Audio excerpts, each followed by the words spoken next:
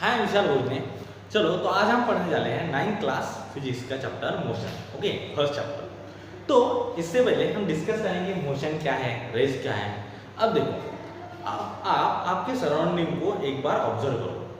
आपको बहुत सारी ऐसी चीज़ें लग रही होंगी कि जो अपनी जगह नहीं बदल रही है, जो जहाँ पर है 5 सेकंड पहले भी वहीं पे थी, अभी भी वहीं पर है।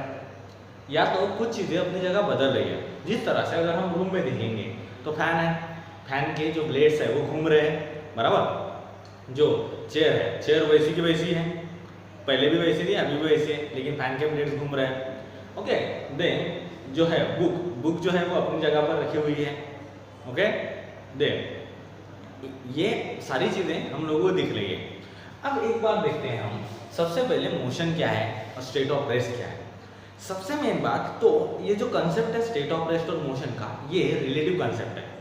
मतलब आप किसी भी चीज़ को फिक्स मोशन में नहीं बोल सकते या स्टेट ऑफ रेस्ट में नहीं बोल सकते। कैसे कैसे किसी चीज़ को नहीं बोल सकते?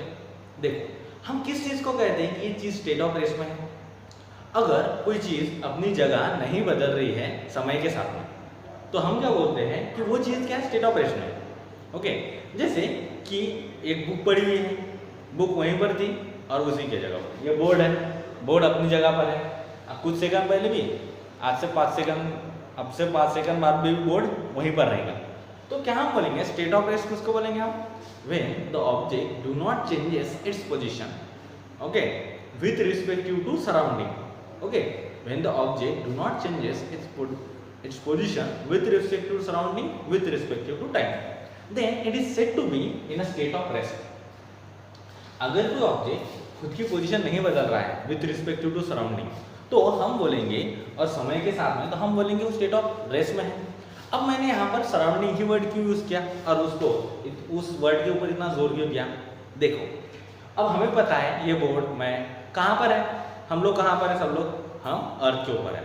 And we know that earth is rotating about its own axis as well as revolving around the sun. Earth sun के अराउंड गोल गोल घूम रही है। ओके, अब क्या हम बोलेंगे, अगर हम सन के रिस्पेक्टिव देखेंगे, ओके, अगर सपोज आप में से कोई सन के ऊपर चला रहा है या वहां से वो रेफरेंस लेकर देख रहा है, तो उसे तो अर्थ गोल घूमते हुए नजर आएंगे, ओके, रिवॉल्व करते हुए नजर आएंगे उसके अराउंड में, है कि नहीं? तो ये जो है अर्थ गोल घूम रही है, इसका मतलब अर्थ के ऊपर ये बोर्ड है, तो ये बोर्ड भी गोल घूम रहा है। तो क्या मैं बोलूंगा उस रिस्पेक्टिव, अगर सन से देखें तो अर्थ अगर घूम रहे हैं तो ऑब्वियसली बोर्ड अर्थ के ऊपर है, ये भी घूम रहा है। तो क्या वहां से देखने के बाद में ये आपको रेस में नजर आएगा बोर्ड? नहीं। बोर्ड किस तरह से नजर आएगा? बोर्ड घूमते हुए नजर आएगा, मतलब बोर्ड मोशन में आएगा। इसलिए इस कंसेप्ट को रिलेटिव कंसेप्ट बोलते हैं। Okay, when the object do not changes its position with respective to time and with respective to surrounding, then it is said to be in a state of rest. अगर ऐसा उल्टा हो जाए तो when the object changes its position with respective to surrounding and with respective to time, then it is said to be in motion। अब हमें motion में मतलब क्या? अगर कोई ऑब्जेक्ट खुद की पोजीशन में बदलाव ला रहा है समय के साथ, ओके, और विथ रिस्पेक्टिव टू उसके सराउंडिंग और उसके जो नेचर है सराउंडिंग का उसके साथ में, तो हम बोलते हैं वो ऑब्जेक्ट मोशन में है।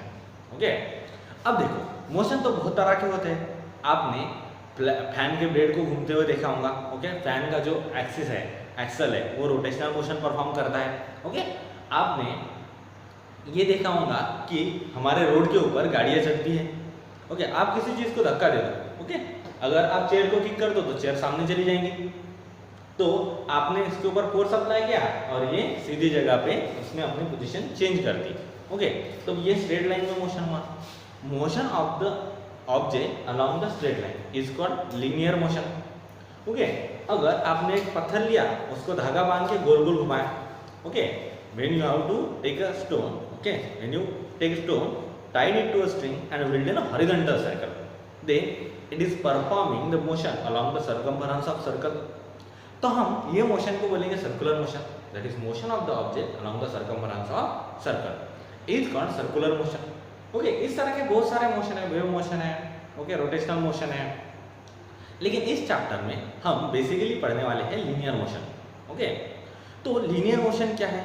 When the object moves along the straight line और the motion of the object along the straight line is called linear motion, is called linear motion. Okay, अब देखो ये तो हो गया लीनियर मोशन का। अब यहाँ पे हम देखेंगे कि लीनियर मोशन में क्या होता है। अब लीनियर मोशन दो टाइप के हैं। ओके, या तो हम इसको यूनिफॉर्म मोशन बोल दो या तो हम नॉन यूनिफॉर्म मोशन बोल दो। ओके, अब यूनिफॉर्म मोशन मतलब क्या है, नॉन यूनिफॉर्म मोशन क्या है। ओके, तो यूनिफॉर्म मोशन एक इस तरह का मोशन होता है जहाँ पर ऑब्जेक्ट, अब यूनिफॉर्म वर्ड से हमें क्या मतलब आता है, देखो जैसे स्कूल का यूनिफॉर्म होता है, ओके, कॉलेज का यूनिफॉर्म होता है। ओके, जैसे स्कूल ऑफ स्कॉलर्स है, ओके, चांडक विद्यालय है, नूतन विद्यालय है, तो तीनों स्कूल के यूनिफॉर्म अलग अलग है कि नहीं। तो उससे हमें क्या पता चलता है, ये जो अलग अलग स्कूल के यूनिफॉर्म क्या होते हैं, अलग अलग होते हैं। यूनिफॉर्म मतलब क्या, यूनिफॉर्म मतलब एक जैसे, मतलब ये स्कूल के आपको बच्चे दिखेंगे एक जैसे यूनिफॉर्म में। ठीक है, तो यूनिफॉर्म मतलब, यूनिफॉर्म मोशन मतलब क्या है, इस तरह का मोशन कि जो यूनिफॉर्म है। यूनिफॉर्म मोशन में बेसिकली क्या होता है, speed of the object constant रहती है, या तो आप बोल दो velocity of the object constant रहती है। अब स्पीड क्या है, वेलोसिटी क्या है, इस टर्म के बारे में हम जानेंगे। ओके, नेक्स्ट टॉपिक में देखिए, if the motion of object, okay, or if the motion of the object is uniform, it means that when the speed of object is constant throughout the motion, or when the speed of object is same throughout the motion, then the motion of object is said to be uniform. then उस motion को object के क्या कहेंगे, uniform कहेंगे। जहाँ पर body की रफ्तार जो है वो समय के साथ में सेम रही है। मतलब अगर कोई ऑब्जेक्ट है, ओके, और वो 1 किलोमीटर डिस्टेंस 1 घंटे में ट्रेवल कर रहा है, मतलब 2 किलोमीटर 2 घंटे में, 3 घंटे में 3 किलोमीटर, 4 घंटे में 4 किलोमीटर अपने आप, है ना, तो उसकी स्पीड क्या है, कांस्टेंट है। तो ये जो मोशन है उसका, अगर वो स्ट्रेट लाइन में इस तरह का मोशन परफॉर्म कर रहा है तो क्या हम बोलेंगे, ये यूनिफॉर्म मोशन है। कौन सा motion, uniform motion. Okay, the motion in which speed of the object remains same throughout the motion, it's called uniform motion. उसी तरह से हम नॉन यूनिफॉर्म मोशन को डिफाइन कर सकते हैं। नॉन यूनिफॉर्म मतलब क्या, if the body do not cover equal distance in equal interval of time, और if we can say that if the body is moving with a variable velocity, okay, or if the velocity of the body is varying with time, or it is not constant, then the motion is called non uniform motion। समझ में आया। देखो,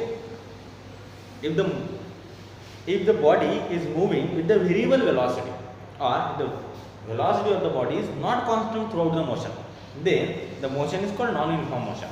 and here if the body is moving with the constant velocity, then the motion performed by the body is called uniform motion।